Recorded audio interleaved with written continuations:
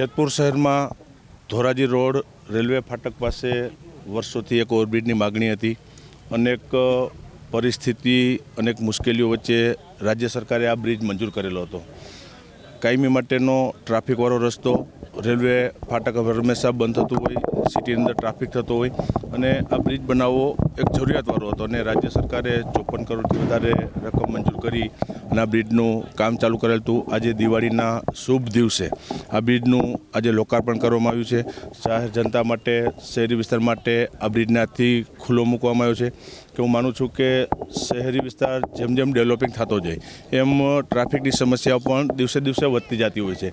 હું રાજ્ય સરકારનો અને ખાસ કરીને માનનીય મુખ્યમંત્રી ભૂપેન્દ્રભાઈનો આભાર વ્યક્ત કરીશ કે જેતપુરની અંદર આવવા માટેના તમામ રસ્તાઓમાં જ્યાં ટ્રાફિકની સમસ્યા હતી ત્યાં તમામ જગ્યાએ ઓવરબ્રિજના કામો મંજૂર કરેલા છે।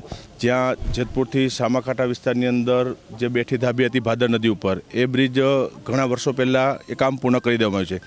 ધોરાજી રોડ ઉપરનો આ બ્રિજ આજે ખુલ્લો મૂકી રહ્યા છીએ। સરદાર ચોકથી તત્કાલ સુધીનો જે વિસ્તાર છે ત્યાં પણ ટ્રાફિકની સમસ્યા ડાયવર્ટ કરવા માટે એનું પણ મેં થોડા દિવસ પહેલાં ખાતમુહૂર્ત કર્યું હતું। એ પણ કામગીરી ટૂંક સમયમાં ચાલુ થશે। જેતપુરથી દેરડી જવા ભાદર નદી ઉપરનો બ્રિજ છે એ પણ ટેન્ડર મંજૂર થઈ ગયું છે અને ટૂંક સમયમાં ડાયવર્ઝન કરી અને એનું પણ ખાતમુહૂર્ત કરવા માટે જઈ રહ્યો છું।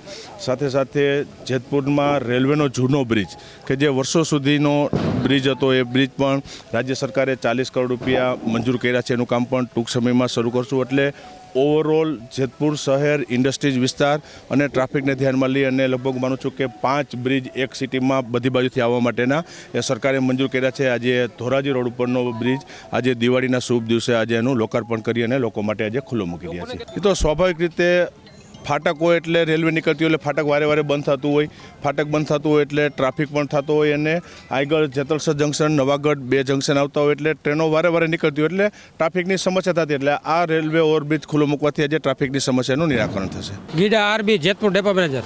પહેલા નંબરમાં મારે અત્યારે ઓવરબ્રિજ ચાલુ નહોતો ત્યારે મારી બસો નવાગઢથી ચાલતી હતી, જેના 8 કિલોમીટર મારે વધારા થતા હતા, વધારે સમય જોતો હતો। તો એસટીની ઘણી બસો આ રોડ પર ચાલશે, મુસાફરને ફાયદો થશે અને એસટીને પણ આર્થિક રીતે ઘણો ફાયદો થશે। મુસાફરને ફાયદો થશે, એસટીને પણ ફાયદો થશે। 8 કિલોમીટર એટલે ઘણા કિલોમીટર થાય, હિસાબ કરીએ તો જાજા કિલોમીટર થાય। તો એસટીને ફાયદો થાય, મુસાફરને ફાયદો થાય, સમયની બચત થશે।